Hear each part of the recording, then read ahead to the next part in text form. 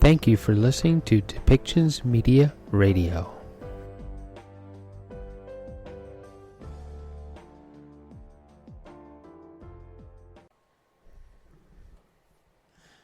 Okay, so you've probably heard by now that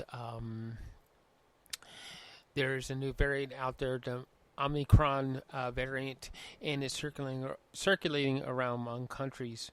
And the WHO has issued some statements about this, and while the variant it supposedly originated in South Africa or Botswana, they're still looking to do more scientific research on this variant to see how it behaves and understand what is going to be the best thing over the long run with this particular variant. They have the following advice for countries. Countries should continue to apply an evidence-informed, risk-based approach to implementing travel measures in accordance to the IHR. National authorities may apply a multi-layered risk mitigation approach to potentially delay the exportation and importation of the new variant. Blanket travel plans will not prevent the international spread.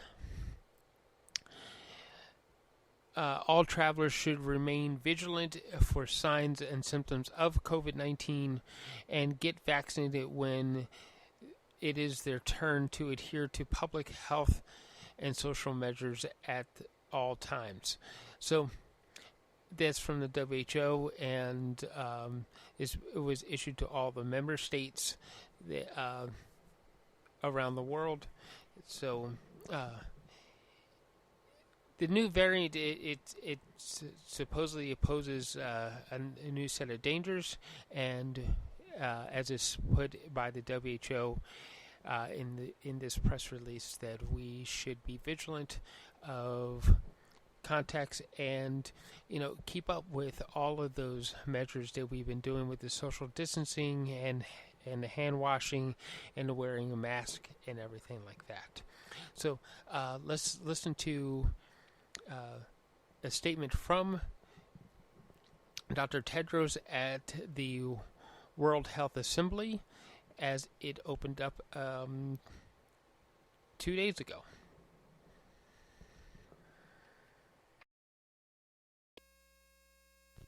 Dr. Tedros, vous avez la parole.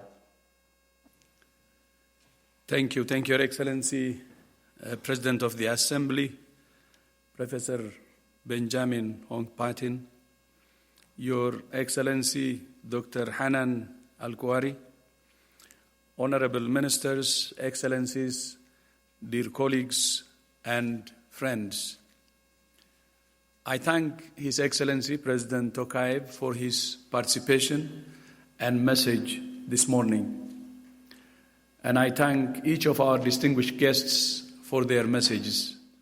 Federal Chancellor Alain Berset of Switzerland, Chancellor Merkel of Germany, President Piñera of Chile, His Royal Highness Prince Salman bin Hamad of Bahrain, and President Ainigema of Nauru, President Michel of EU Council, and President von der Leyen of EU Commission, Dr. Hachette of CEPI, and Dr. Fischer of Gorn.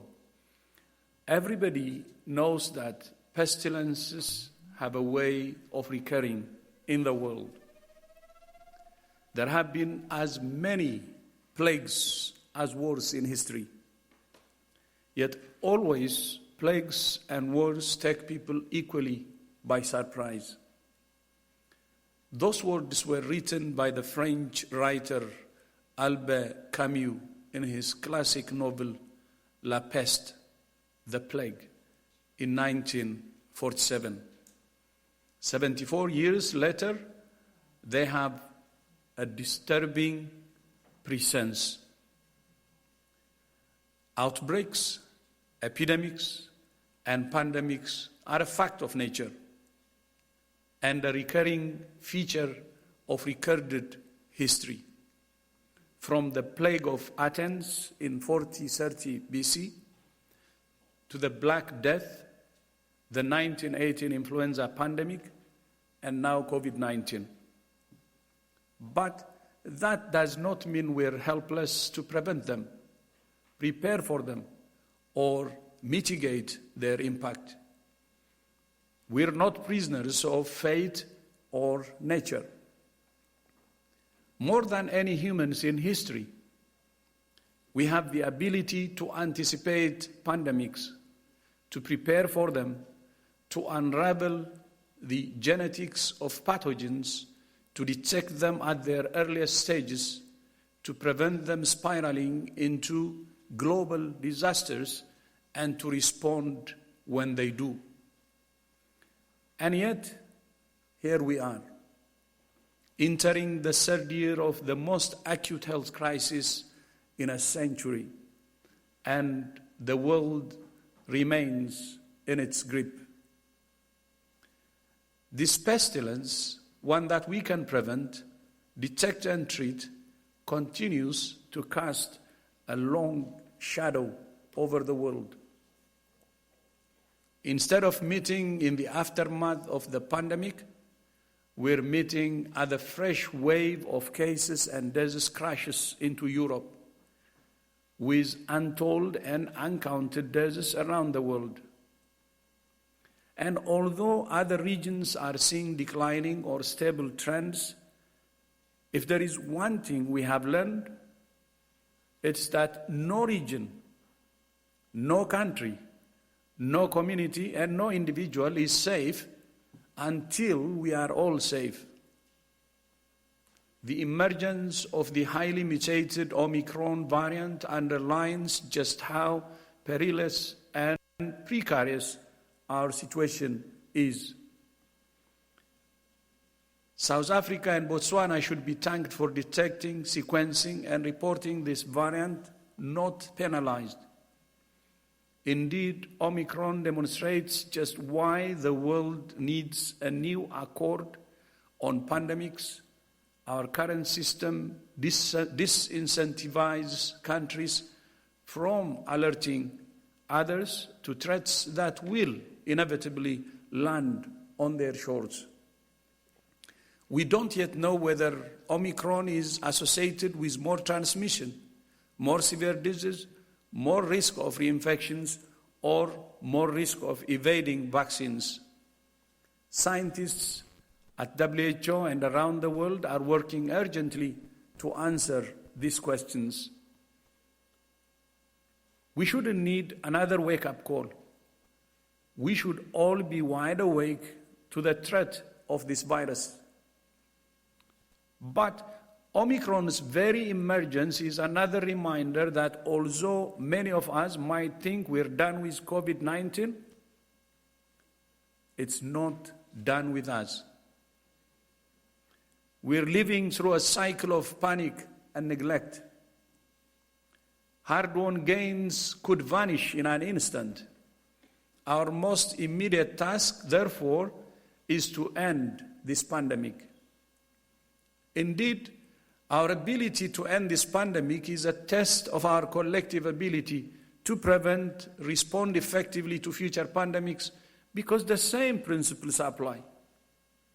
The same principles: courageous and compassionate leadership, fidelity to science, generosity in sharing the fruits of research, and an unshakable commitment to equity and solidarity. If we cannot apply those principles now to tame COVID-19, how can we hope to prevent history repeating?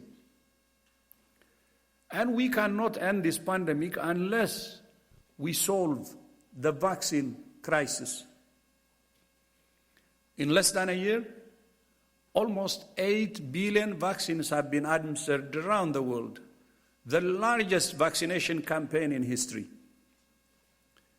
More than a year ago, before the first vaccines were approved, WHO and our partners established the ACT Accelerator, COVAX and CETAP to facilitate equitable access to vaccines, tests, treatments, and PPE. And we have shown that these mechanisms work. COVAX has now shipped more than 550 million vaccine doses, including almost 250 million doses in the last 2 months, more than it shipped in the first 7 months of this year. Last week, CETAP and the Medicines Patent Pool finalized its first licensing agreement with the Spanish National Research Council, a transparent, global, and non-exclusive license for a serological antibody test. My thanks to Spain and to His Excellency President Carlos Alvarado Quesada of Costa Rica for his leadership in initiating CETAP. So thanks to the President of Spain, President Pedro, and also President of Costa Rica, President Quesada. Earlier this year, we also established a technology transfer hub for mRNA vaccines in South Africa to facilitate local production and regional self-reliance. But a year ago, as we began to see some countries striking bilateral deals with manufacturers, we warned that the poorest and most vulnerable would be trampled in the global stampede for vaccines.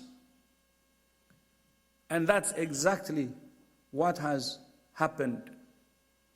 More than 80% of the world's vaccines have gone to G20 countries. Low-income countries, most of them in Africa, have received just 0.6% of all vaccines.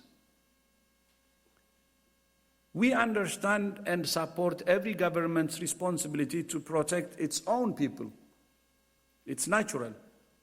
But vaccine equity is not charity. It's in every country's best interests. No country can vaccinate its way out of the pandemic alone. The longer vaccine inequity persists, the more opportunity this virus has to spread and evolve in ways we cannot predict nor prevent. We're all in this together. We call on every member state to support the targets to vaccinate 40% of the population of every country by the end of this year and 70% by the middle of next year. 103 countries still have not reached the 40% target, and more than half of them are at risk of missing it by the end of the year, mainly because they cannot access the vaccines they need, and most of them in Africa. Even as some countries are now beginning to vaccinate groups at very low risk of severe disease or to give boosters to healthy adults, just 1 in 4 health workers in Africa has been vaccinated. This is unacceptable. With emerging evidence of some waning vaccine immunity against infection, it's clear that in future countries will need tailored booster strategies. WHO's position remains that health workers, older people, and other at-risk groups must be vaccinated first in all countries before those at low risk of serious disease and before boosters are given to already vaccinated healthy adults. There is no doubt that vaccines have saved many lives and helped to quell the pandemic in many countries. Countries that have achieved the highest vaccination rates are now seeing a decoupling between cases and deaths. But in too many countries and communities, the bright light of vaccines has also become a blinding light to the continued need for other tools to stop this virus spreading. to stop it overwhelming our health systems, and to stop it killing. Vaccines save lives, but they do not fully prevent infection or transmission. Until we reach high levels of vaccination in every country, suppressing transmission remains essential. We don't mean lockdowns, which are a last resort in the most extreme circumstances. We mean a tailored and comprehensive package of measures that strike a balance between protecting the rights, freedoms, and livelihoods of individuals while protecting the health and safety of the most vulnerable members of communities. Ending this pandemic is not about vaccines or. It's about vaccines and. Excellencies, dear colleagues and friends, COVID-19 has now killed more than 5 million people, and they're just the reported deaths. The excess deaths caused by the virus and by disruption to essential health services are far higher.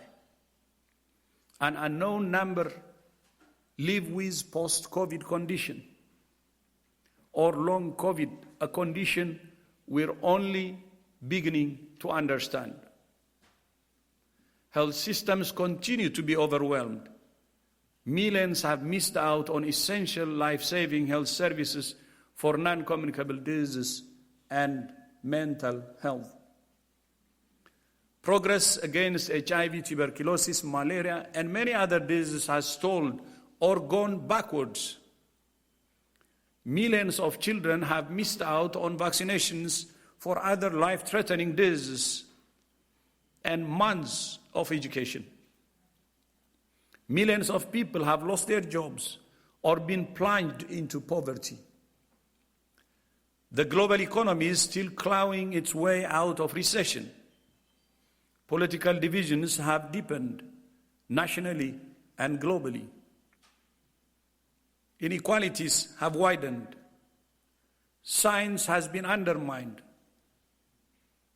Misinformation has abounded.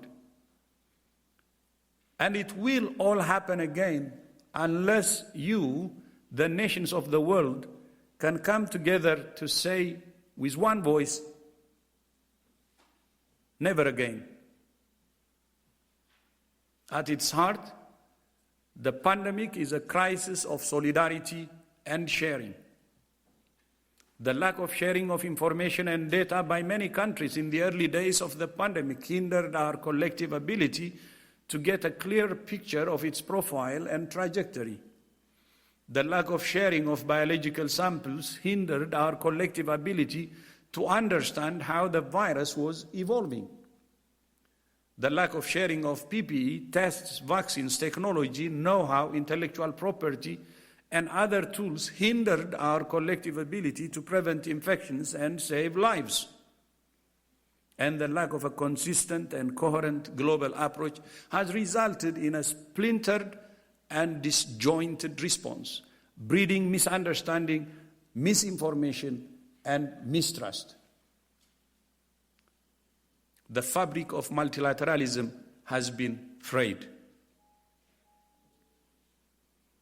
COVID-19 has exposed and exacerbated fundamental weaknesses in the global architecture for pandemic preparedness and response. Complex and fragmented governance, inadequate financing, and insufficient systems and tools, voluntary mechanisms have not solved these challenges. The best way we can address them is with a legally binding agreement between nations, an accord forged from the recognition that we have no future but a common future. Nations coming together to find common ground is the only way to make sustainable progress against common threats. It's not perfect, and it's not a panacea. It takes compromise. No one gets everything they want, but that's better than so many missing out on what they need. In 2005, the WHO Framework Convention on Tobacco Control came into force, the first international treaty negotiated under the World Health Organization. An independent impact assessment of the FCTC, the convention in 2016, found it has contributed to significant and rapid progress in protecting people from exposure to tobacco smoke.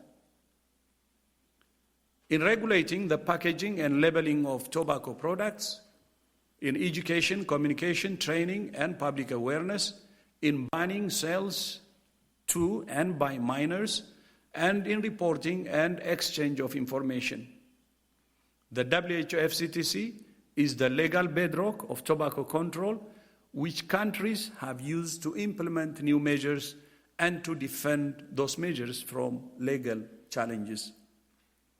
The bottom line, the implementation of the FCTC has helped to save more than 37 million lives and counting, and global prevalence of tobacco use has declined from almost 33% in 2000 to 22% today. The impact assessment found that without the FCTC, it's unlikely that all these tobacco control measures would have taken place in such a comprehensive, coordinated, and effective manner. So, comprehensive, coordinated, effective. Three words that history will not use to describe the global response to the COVID-19 pandemic.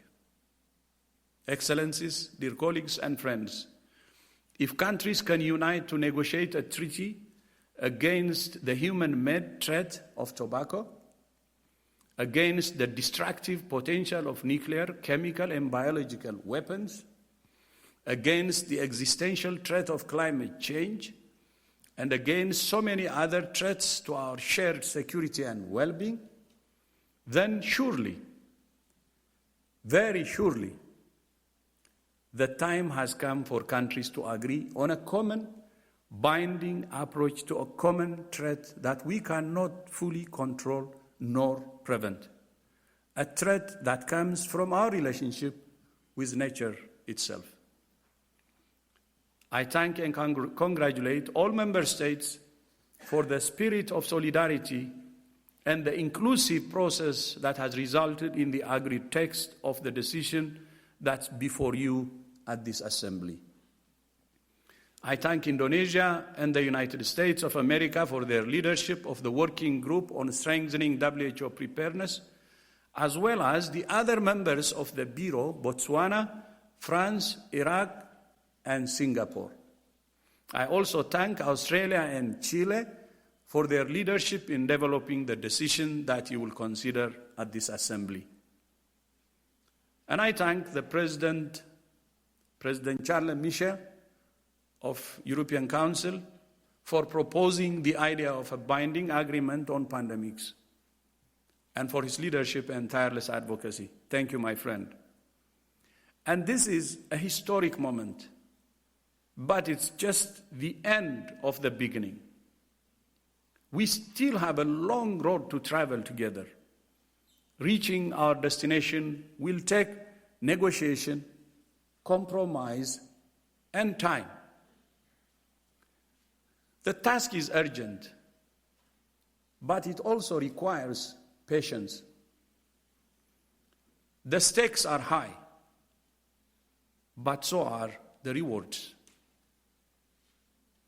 A convention, agreement, or other international instrument will not solve every problem, but it will provide the overarching framework to foster greater international cooperation and provide a platform for strengthening global health security in 4 key areas.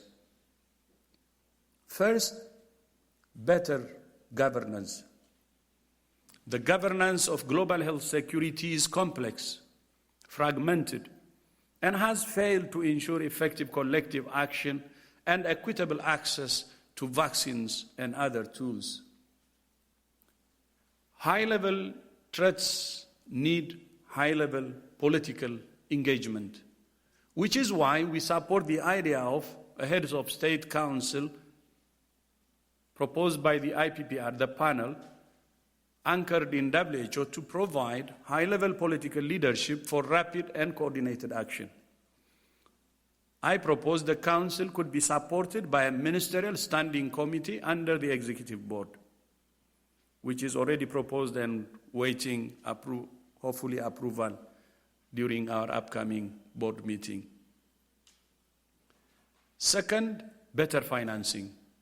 Cycles of panic and neglect have created an unstable and unpredictable financing ecosystem for global health security. Strengthening the world's defenses demands financing that's truly additional, predictable, equitable, and aligned with national, regional, and global priorities. A mechanism funded solely from voluntary development assistance will only increase competition for already scarce resources. WHO supports the idea of a financial intermediary fund supported by a secretariat based at WHO, housed at the World Bank, and financed by countries and regional organizations on a burden-sharing basis. Third, we need better systems and tools to predict, prevent, detect, and respond rapidly to outbreaks with epidemic and pandemic potential. Already, the Secretariat has taken steps to start building some of those systems and tools. In September, we opened the WHO Hub for Pandemic and Epidemic Intelligence in Berlin, a new center designed to enhance global surveillance by harnessing the power of collaborative and artificial intelligence and other cutting-edge technologies. Other initiatives are in development, including the WHO BioHub system to provide a reliable, safe, predictable, and transparent mechanism for countries to share novel biological materials. Several member states are now piloting the Universal Health and Preparedness Review, a peer review mechanism for enhancing national preparedness modeled on the Universal Periodic Review used by the United Nations Human Rights Council. This was suggested by my friend, Ambassador Sambo of Central African Republic, and thank you, Ambassador Sambo, and it's going well.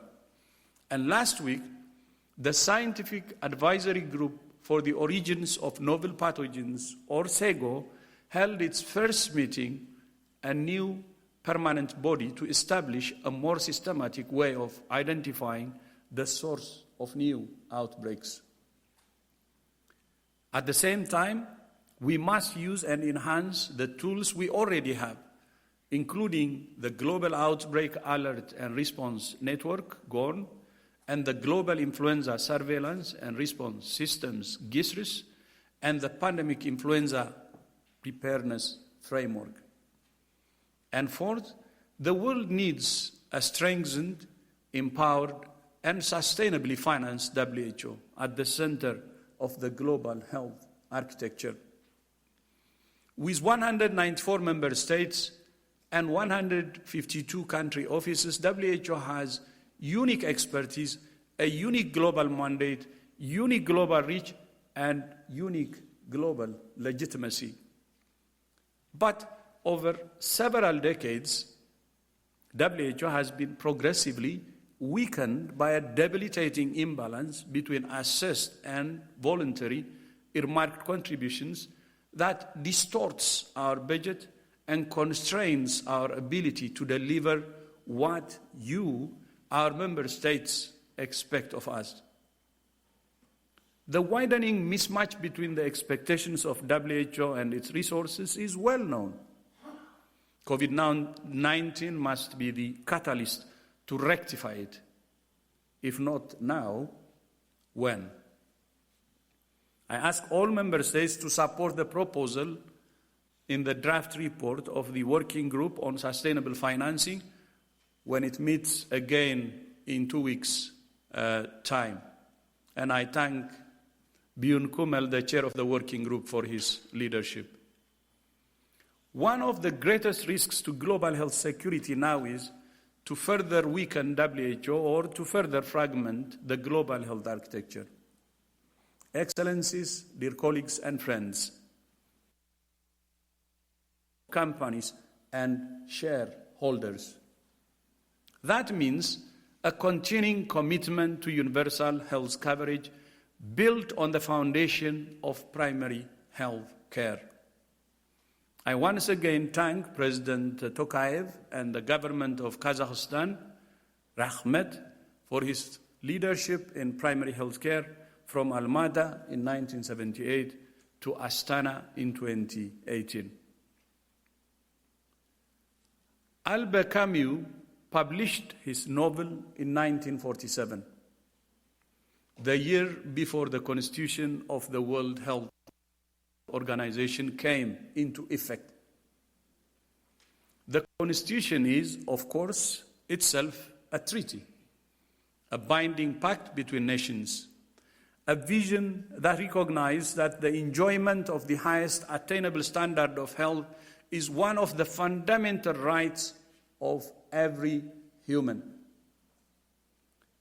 But more than that, it affirms that health of all peoples is fundamental to the attainment of peace and security, and is dependent upon the fullest cooperation of individuals and states.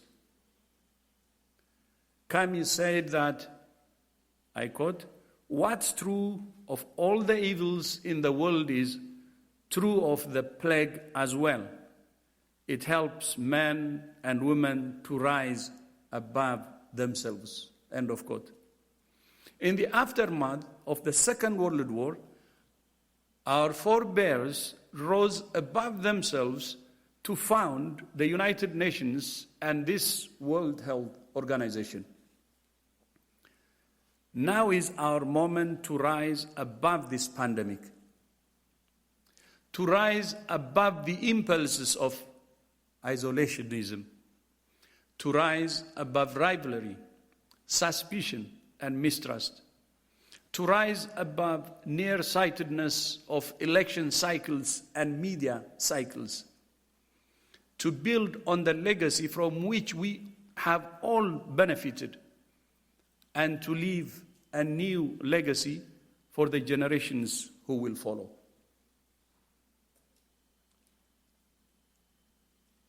Let it be said,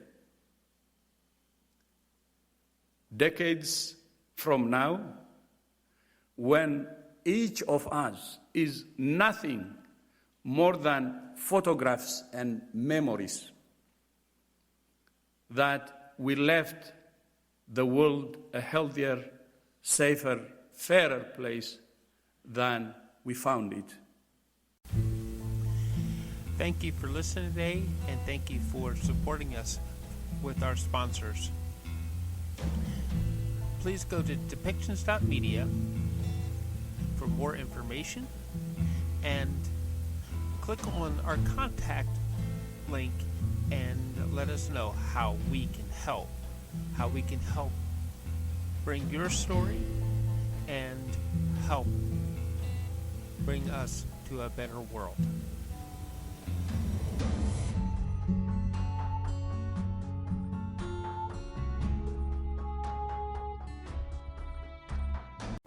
This show has been produced by Depictions Media. Please contact us at depictions.media for more information.